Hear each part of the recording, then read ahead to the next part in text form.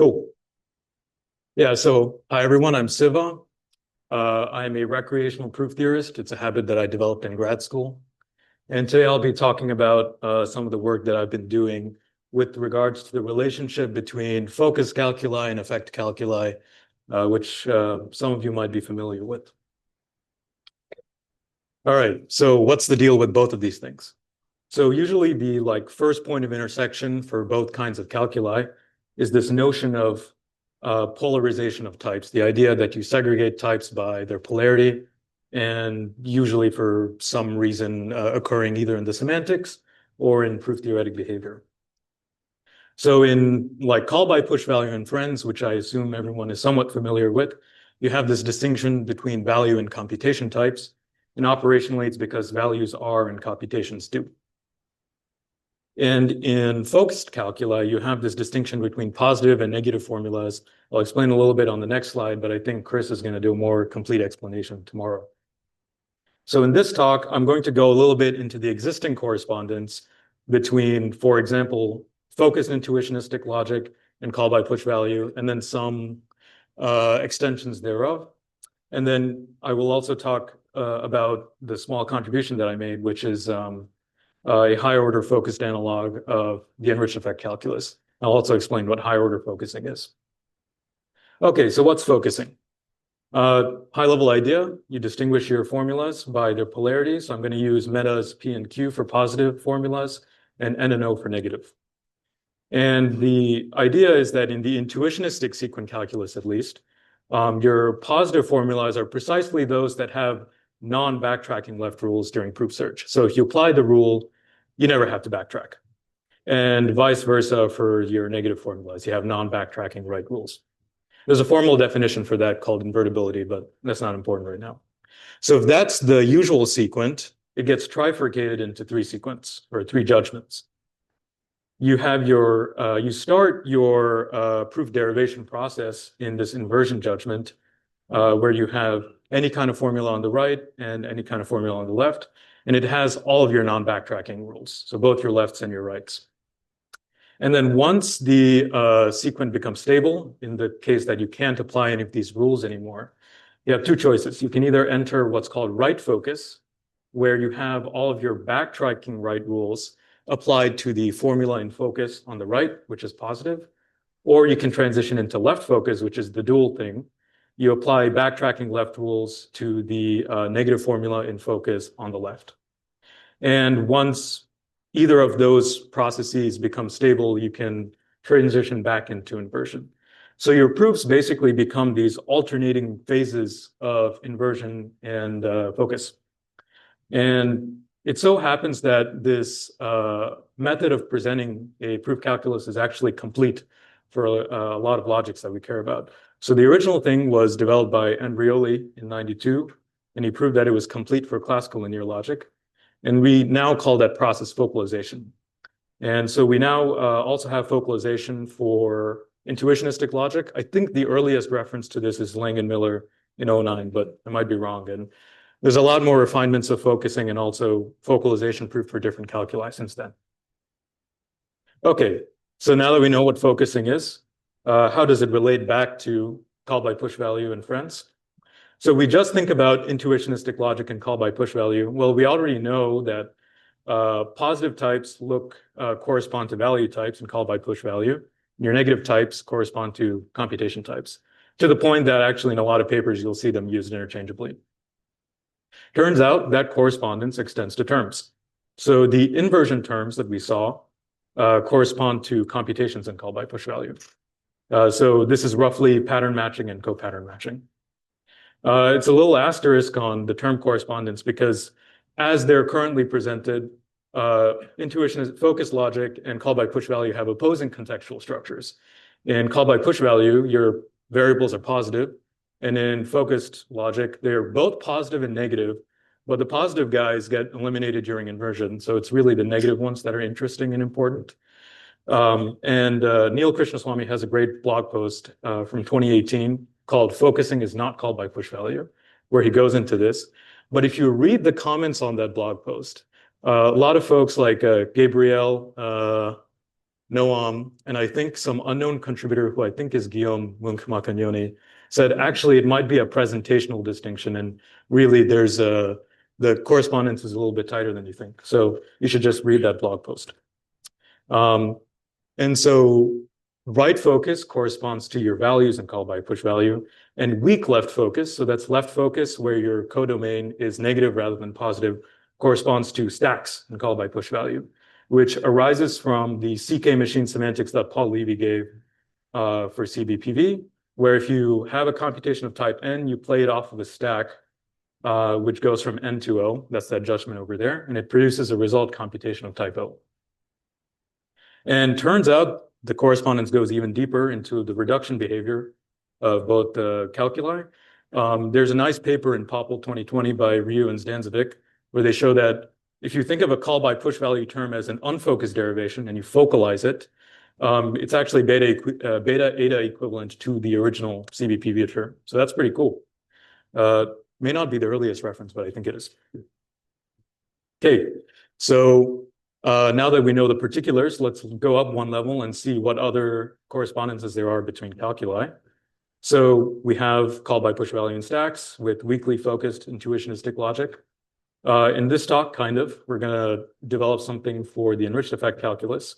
And the sort of technical complication that we have to solve is that out of the gate, EEC disagrees with focusing theoretic polarity. And if you actually go a little bit further, there's a nice paper by Kurian, Fiore, and Munkamacagnoni in POPL 2016, where they give a bunch of so-called linear L calculi, which correspond to fragments of focused intuitionistic linear logic. And the models for those calculi subsume the models of the EEC. So that's like the fully loaded version. I'm sort of entering this conversation into the middle, just covering the EEC. Okay, so what's the deal with the EEC? So the observation, the core observation of the enriched effect calculus is that a stack constitutes a linear consumption of the input computation. And so if you play a stack off of a computation, that computation gets consumed exactly once. And so the idea is let's internalize the stack judgment as this value type of linear functions from n to O. And the left rule basically internalizes the CK semantics. So it looks like function application. The trouble is function types really shouldn't be positive. I mean, the issue with that is because, if you're doing proof search, you have to synthesize the argument out of somewhere. And so it actually matters when you apply the left rule for function types. Okay, so that's kind of weird. If you were to present the EEC as a sequent calculus, you get this discrepancy. And it turns out that other connectives in the EEC, like computational sum types and the mixed tensor, have similar problems. So one wonders if there's a different notion of polarity that we can use that's still, focusing inspired. The answer is yes. You just have to throw first order focusing out the window. So Noam Zellberger wrote a really nice paper in LIX 2010, where he observed that you can define an inversion term as a continuation that consumes a focus term. And I'll get into what that exactly means. At the same time, Kurian and Munkamacagnoni had a paper called Duality of Computation Under Focus, where they made a similar observation, and there was a follow-up by Gabriel and Guillaume in a 2013 paper, which made a similar observation.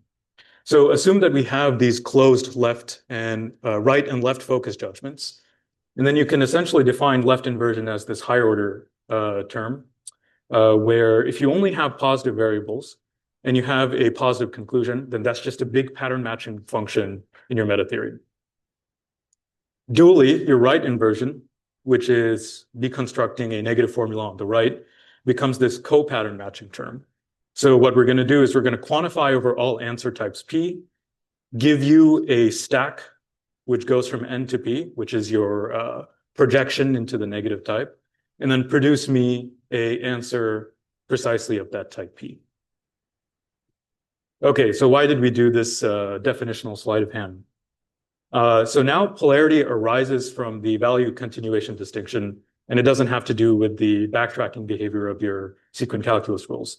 So you can essentially put arbitrarily defined connectives simply by defining your focus judgments correctly, and then you get the right notion of polarity. And in fact, if you defunctionalize the calculus, you bring it back down to the first order level, you get this sort of CPS style focusing because your right inversion judgment is defined in CPS style. And so Zellberger wrote a paper in 2011 on that. And then if you look at chapter 3 of Guillaume's thesis, you'll also see a similar thing. Okay, so now we can go back and fix the sequent calculus presentation of the EEC. So in the same paper that Noam wrote initially, you get this positive type of stacks when you internalize left focus into right focus. So if you have a focus going from N to P, then turn that into this P/N type. I gave a different notation in my extended abstract, but I'm using this here because Keynote can't typeset it. So that's that. So our contribution now is that's your sort of strong focus. If you want to get back your weak left focus, you present it in CPS style. So if you want to stack from N to O, then that's a sort of strong stack from O with some answer type P into a strong stack of N to P for all answer types P. And then you internalize that as your linear function type. So, and then you can do the same trick for most of the other connectives. Go forward. Yeah. Why is it linear? That is a good question. So intuitively, at least for me, if O to P is a linear use of O, and N to P is a linear use of N, then what you're basically saying is a linear function from N to O transforms linear uses of O into linear uses of N. So you're basically doing the function application in CPS style, the CK application. Yeah. Does that make sense? Yeah. Cool. All right. So that's pretty crazy because it looks a lot different from the EEC. What happened to our term correspondence? A lot of, maybe bad things happened. So the issue is weak left focus is now a derived notion from strong left focus. I'm going to call it that. Because if you had weak left focus as your primitive notion, then right inversion would be circularly defined. And that's a problem. So linear functions are now stack transformers. And that similar thing comes up in the functional machine calculus by Barrett, William Helches, and so on. So that's interesting, but you lose that term correspondence. From the proof theory side, you get a bunch of admissible cut and identity rules, and they're easy because this is all higher order terms. What about the categorical semantics the reviewers asked? I'll talk about that in the next slide. Okay, so what I want to do next is generalize to polymorphic independent types, and I think that's not too crazy, not too hard. And it would produce a nice, at least type level correspondence with a bunch of polymorphic independent versions of callback push value in the EEC. And I think it would also be straightforward to defunctionalize. Once we do that, you get a term calculus that looks way closer to the original EEC and also the L calculi that Kurian and colleagues have developed. And I think you can get a categorical semantics just by translating back into those calculi. And so I actually didn't talk about why I wanted to do all of this in the first place.